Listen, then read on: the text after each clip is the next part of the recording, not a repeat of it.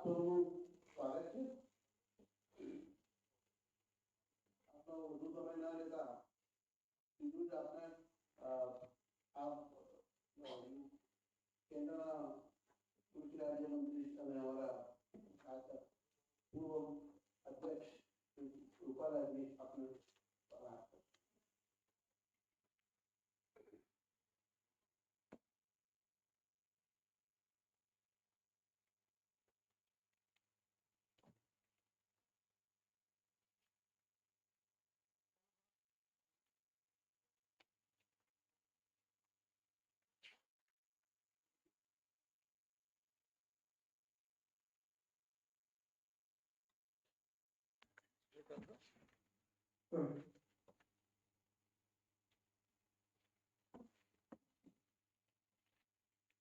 નમસ્કાર, રામ રામ.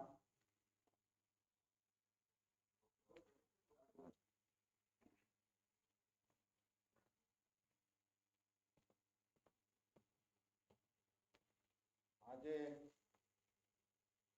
આપણા સૌ માટે આનંદનો વિષય છે કે અમારા પ્રભારી રાજ્યસભાના हमारा वरिष्ठ साथीदार भूपेंद्र यादव जी हमारे बीच हैं। मैं इनका गुजरात के सभी कार्यकर्ता एवं नागरिकों की ओर से तहे दिल से स्वागत करता हूं। हमारे सम्माननीय अध्यक्ष जी भाई यमल भाई और आप सब मित्रों, अपना गुजरात माटे गर्वनो विषय, आनंदनो विषय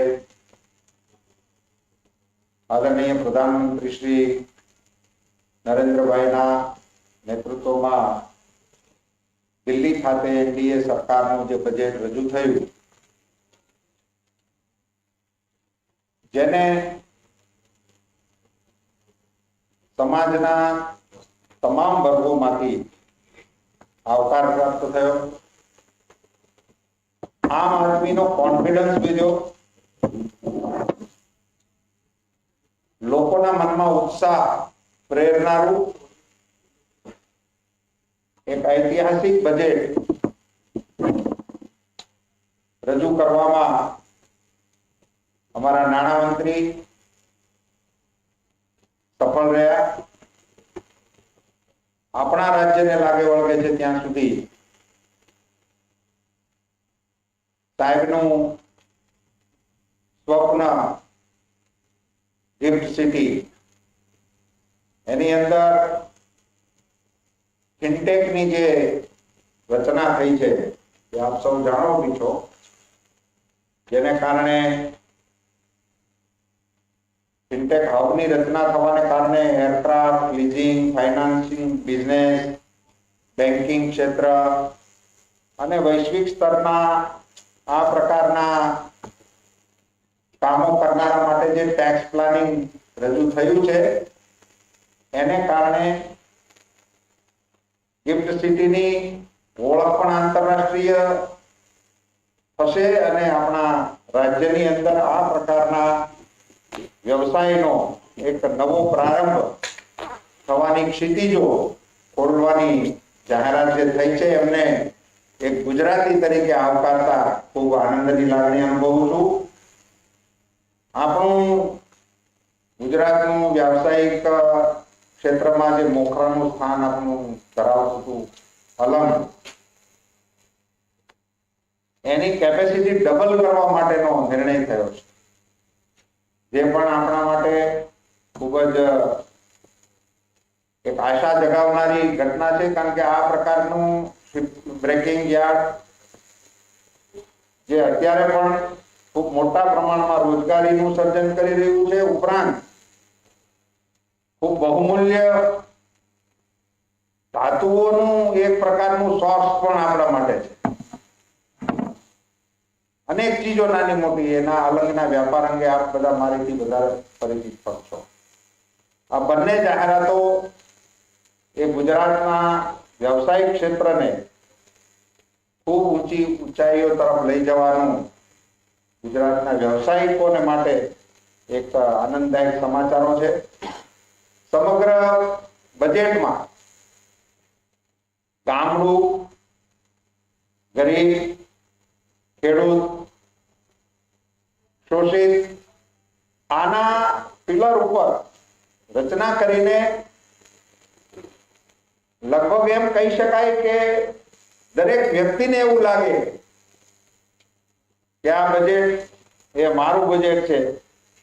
એ પ્રકારની બજેટની વિગતે વાતો ભૂપેન્દ્રજી આપની સાથે શેર કરવાના છે. આપ સૌ જાણો છો તે પ્રમાણે મોદી સાહેબે કોરોના કાળની શરૂઆતના સમયમાં નારો આપ્યો હતો, જી હે તો જહાન હે. અને જે પ્રકારના નિર્ણયો લઈ અને એમણે કોવિડ વખતે નેતૃત્વ આપણને આપ્યું, આજે દુનિયાએ નેતૃત્વને એની પ્રશંસા કરી.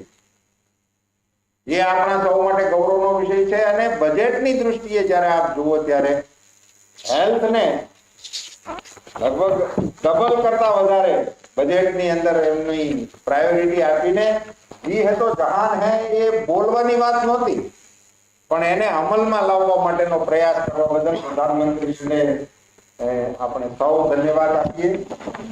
આદરણીય ભૂપેન્દ્રજીને વિનંતી કરું કે આપણા બજેટ અંગેની વિગતે ચર્ચા આપ પત્રકારો આદરણીય ભૂપેન્દ્રજી. धन्यवाद उत्पन्न जी। आज की इस पत्रकार वार्ता में उपस्थित पार्टी के प्रदेश अध्यक्ष सम्मानित पाटिल जी, मीडिया विभाग के प्रमुख, आज पार्टी कार्यालय में 50 से ज्यादा व्यापारिक सामाजिक संगठनों से भी मिलना हो। भावनगर के शिपिंग यार्ड के व्यापारिक एसोसिएशन से लेकर के जामनगर के ब्रास एसोसिएशन के कारीगरों से लेकर के सूरत और अहमदाबाद के टेक्सटाइल के लोगों से और विभिन्न व्यापारिक प्रतिनिधियों से मिलने का और प्रोफेशनल बॉडी से मिलने का पार्टी कार्यालय में अवसर था। और आज सभी से बातचीत करने के बाद भारत के यशस्वी प्रधानमंत्री माननीय नरेंद्र मोदी जी के नेतृत्व में आत्मनिर्भर भारत को मजबूत करने वाले और उस दिशा में देश की प्रगति के लिए नींव रखने वाले बजट का सभी संगठनों ने स्वागत किया। और आज भारतीय जनता पार्टी भी यशस्वी प्रधानमंत्री माननीय मोदी जी का इस भारत के ऐतिहासिक बजट के लिए हार्दिक अभिनंदन करती है। पार्टी की ओर से हम हमारी वित्त मंत्री माननीय निर्मला सीतारमण जी के प्रयासों का भी अभिनंदन करते हैं कि जो बजट उन्होंने विकास के 6 मूल स्तंभों पर आधारित करते हुए देश के विकास को एक नया आयाम दिया है। हम सब जानते हैं कि बजट एक वैश्विक महामारी की परिस्थिति के बाद ये बजट आया है, जिस वैश्विक महामारी में पूरी दुनिया मंदी के दौर पे चली गई थी। और भारत में सबसे बड़ा संतोष का विषय रहा कि लॉकडाउन के 48 घंटे के अंदर ही माननीय प्रधानमंत्री जी के द्वारा 2.5 लाख करोड़ का एक पैकेज देश के गरीब वर्गों को दिया गया, जिसमें 80 करोड़ लोगों तक राशन पहुंचाने की व्यवस्था की गई। 8 करोड़ महिलाओं को पूरे लॉकडाउन के दौरान उज्ज्वला का मुफ्त कनेक्शन देने का व्यवस्था की गई। 40 करोड़ से ज्यादा लोग, जिसमें किसान, महिला, गरीब, दिव्यांग, बुजुर्ग थे, उन तक पेंशन पहुंचाने की व्यवस्था की गई। और एक कल्याणकारी सरकार ने केवल इसी काम को आगे नहीं बढ़ाया, लॉकडाउन के दौरान आत्मनिर्भर भारत 1 और आत्मनिर्भर भारत 2 के दृष्टि पत्र भी दिए गए और आज उनका पूरा विस्तार हमको इस बजट में भी देखने को मिलता है। मुझे काफी सारे व्यापारिक संगठनों ने कहा कि हमें तो ऐसा लगता था कि इस आर्थिक मंदी के दौर पे जब बजट आएगा तो शायद कोई कोरोना का नया सेस या टैक्स आएगा, लेकिन हमें इस बात का संतोष कि सरकार ने ना तो 1 रुपया टैक्स लगाया बल्कि 75 साल के ऊपर से आयु के जो बुजुर्ग हैं उनको पूरी तरीके से राहत भी दी है, जो सरकार की कुशल वित्त नीति को दिखाते हैं। बजट के पहले स्तंभ में स्वास्थ्य के क्षेत्र में सरकार ने न केवल पिछले वर्षों की तुलना में 137% बजट का इजाफा किया। पहली बार भारत में हेल्थ सेक्टर में 137% बजट का विस्तार किया गया और उसमें भी 35,000 करोड़ रुपया तो सरकार ने टीकाकरण के लिए रखे और माननीय वित्त मंत्री जी ने कहा कि अगर आवश्यकता होगी तो आगे भी इसको किया जाए। यह एक बहुत बड़ी उपलब्धि है। हमें पता है कोरोना के इस काल में देश में पीपीई किट बनाने की बात हो, वेंटिलेटर बनाने की बात हो और उससे भी बढ़कर 2 स्वदेशी वैक्सीन का निर्माण। दुनिया भर में ऐसी महामारी के समय में 10 साल में 20 साल में टीके और वैक्सीन आते थे, 1 साल के अंदर ही 2 स्वदेशी वैक्सीन का विकास करके भारत में दुनिया का सबसे बड़ा टीकाकरण अभियान माननीय प्रधानमंत्री जी के नेतृत्व में प्रारंभ किया गया और आज दुनिया के कई देशों को भी वैक्सीन उपलब्ध कराने में भारत ने एक अपनी साख अर्जित करी। दूसरे भाग में बजट में इंफ्रास्ट्रक्चर को बढ़ाने के लिए सरकार के द्वारा काफी बड़े कदम उठाए गए। 1 लाख करोड़ से ज्यादा सड़क और आधारभूत संरचना के लिए, 1 लाख करोड़ से ज्यादा रेल प्रोजेक्ट्स के लिए सरकार ने इंफ्रास्ट्रक्चर को बढ़ाने का एक बहुत बड़ा, देश में रोजगार के निर्माण के लिए, आधारभूत संरचना के विकास के लिए, व्यवसाय के विकास के लिए एक बहुत बड़ा प्रावधान इस बजट के अंतर्गत किया है। जब हम कहते हैं कि मिनिमम गवर्नमेंट मैक्सिमम गवर्नेंस, तो उसके अंतर्गत जो फेसलेस टैक्स की बात हमने कही है, उनको राहत देने की बात करी है, 50 लाख से ऊपर के असेसमेंट की बात को भी हमने लोगों को बड़ी राहत देने का विषय किया है, तो लोग सुगमता के साथ व्यापार करें, ईज ऑफ डूइंग के लिए आगे बढ़े, ईज ऑफ लिविंग भी ईज ऑफ डूइंग बिजनेस के साथ बढ़े, उसके बड़े निर्णय बजट के अंतर्गत किए गए। भारत में जो कंपनी एक्ट को यूपीए के समय में उसके जो क्रिमिनलाइजेशन के एस्पेक्ट थे, उनको भी इस बजट में कंपनी एक्ट में जितने भी वो एक्शन थे उनको समाप्त करने का काम सरकार के द्वारा प्रतिबद्धता के रूप में दर्शाया गया है। व्यापार की सुगमता को बढ़ाने के लिए, देश में पूंजी निवेश के साधनों को बढ़ाने के लिए बजट में बड़े महत्वपूर्ण घोषणाएं सरकार के द्वारा की गई। माननीय प्रधानमंत्री नरेंद्र मोदी जी के नेतृत्व में एक जो बड़ा विषय है वो कृषि क्षेत्र में किसानों की आय को दुगना करने का विषय।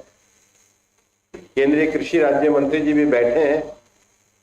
अभी तक सबसे ज्यादा 16.5 लाख करोड़ रुपया ये कृषि क्षेत्र में ऋण उपलब्ध कराने की व्यवस्था और किसानों की आय को दुगना करने के लिए तीनों विषय, खाद्यान्न का उत्पादन बढ़ाना, उसका वैल्यू एडिशन करने के लिए उसका प्रसंस्करण करना और उसके भंडारण की व्यवस्था, और ग्रामीण क्षेत्र में आधारभूत सुविधाओं को बढ़ाने के लिए चाहे ग्रामीण सड़क से जोड़ने का कार्य हो, आवासों की उपलब्धता कराने का विषय हो, स्वास्थ्य सेवाओं को बड़ा करने का विषय हो, उसको सरकार ने प्राथमिकता के साथ करने का काम किया। उच्च शिक्षा के क्षेत्र में, रिसर्च के क्षेत्र में एक बड़ी धनराशि की व्यवस्था की गई है ताकि भारत रिसर्च के माध्यम से जो हमारी देश को बढ़ाने के लिए जो आधुनिक रिसर्च की व्यवस्था चाहिए, उस रिसर्च की व्यवस्था को आगे बढ़ाया जाए, उच्च शिक्षा को आगे बढ़ाया जाए। लेकिन दूर दराज के हमारे जो शेड्यूल्ड ट्राइब क्षेत्र है, वहां भी सरकार के द्वारा 750 नए एकलव्य विद्यालयों की रचना का प्रावधान इस बजट के अंतर्गत करके एक बड़ी धनराशि की व्यवस्था की गई है। और उसके साथ ही साथ जीवन में हर क्षेत्र में सुगमता आए, देश की सुरक्षा सबसे बड़ा विषय सरकार के लिए रहा है।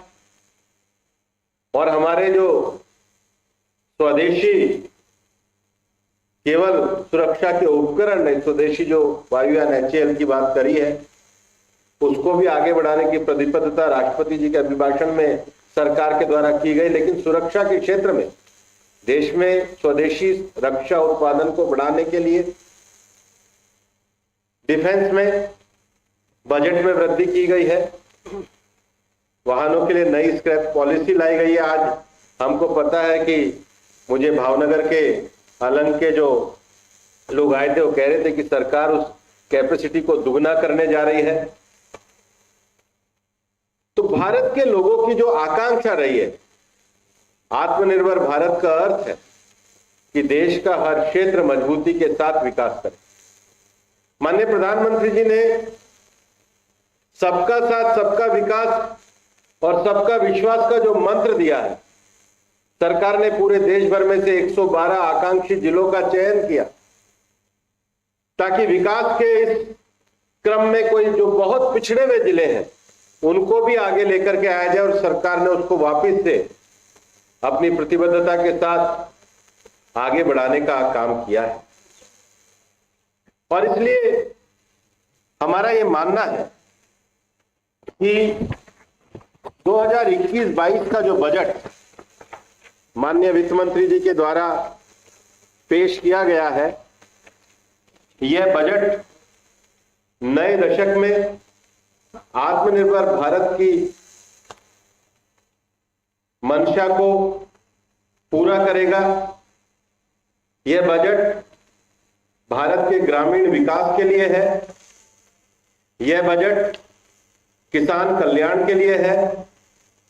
यह बजट कृषि क्षेत्र की संरचना को मजबूत करने के लिए है।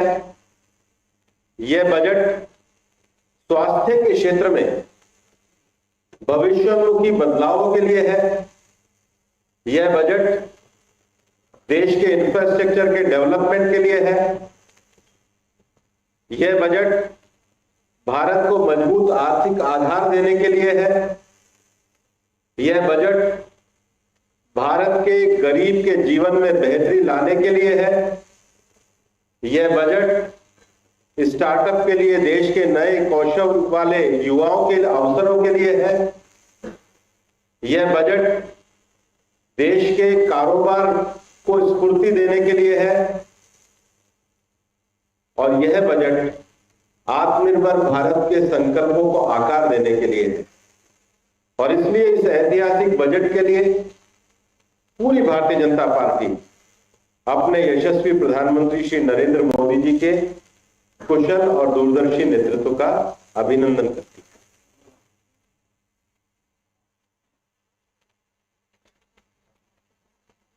है। हमारा प्रदेश माननीय श्री पाटिल साहब वापस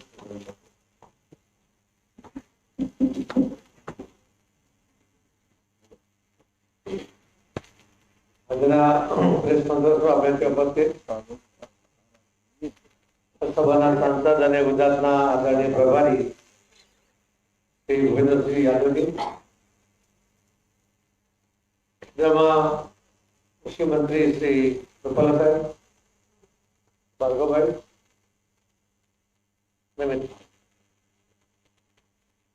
બજેટની વિગતવાર ચર્ચા અને બજેટમાં ગુજરાત માટેની કરેલી જોગવાઈ અને એના કારણે ગુજરાતના વિકાસમાં જે મહત્વનું યોગદાન આવવાનું છે, એના કારણે નવી ટેકનોલોજી, નવું ઇન્વેસ્ટમેન્ટ આવવાનું છે, એની વિગતે ચર્ચા આપણી વચ્ચે થઈ છે.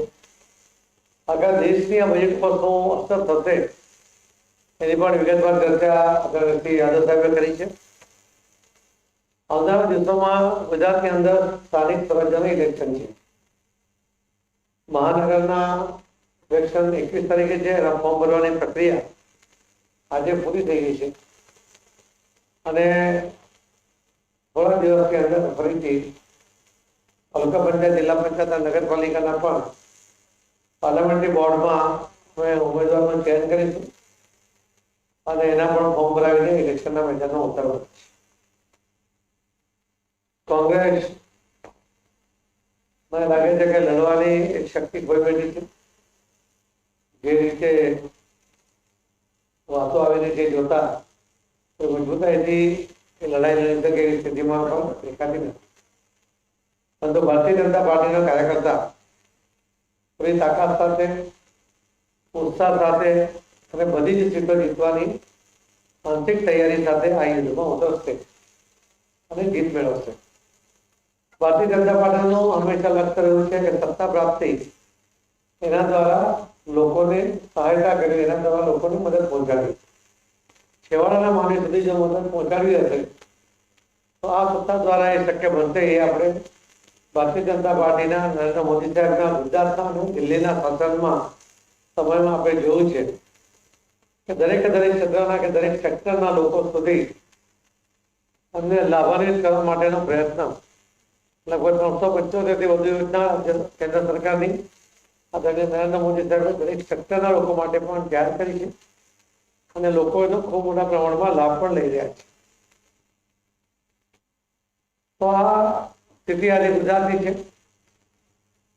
ગુજરાતની અંદર જે આંદોલન માટે મેં આગળ પણ કહ્યું હતું કે કેટલાક લોકો કહે છે કે આંદોલન ચાલી રહ્યું છે. આંદોલન ફક્ત એક રાજ્યની અંદર ખેડૂતોનું ચાલે છે અથવા તો ચલાવવામાં આવી રહ્યું છે.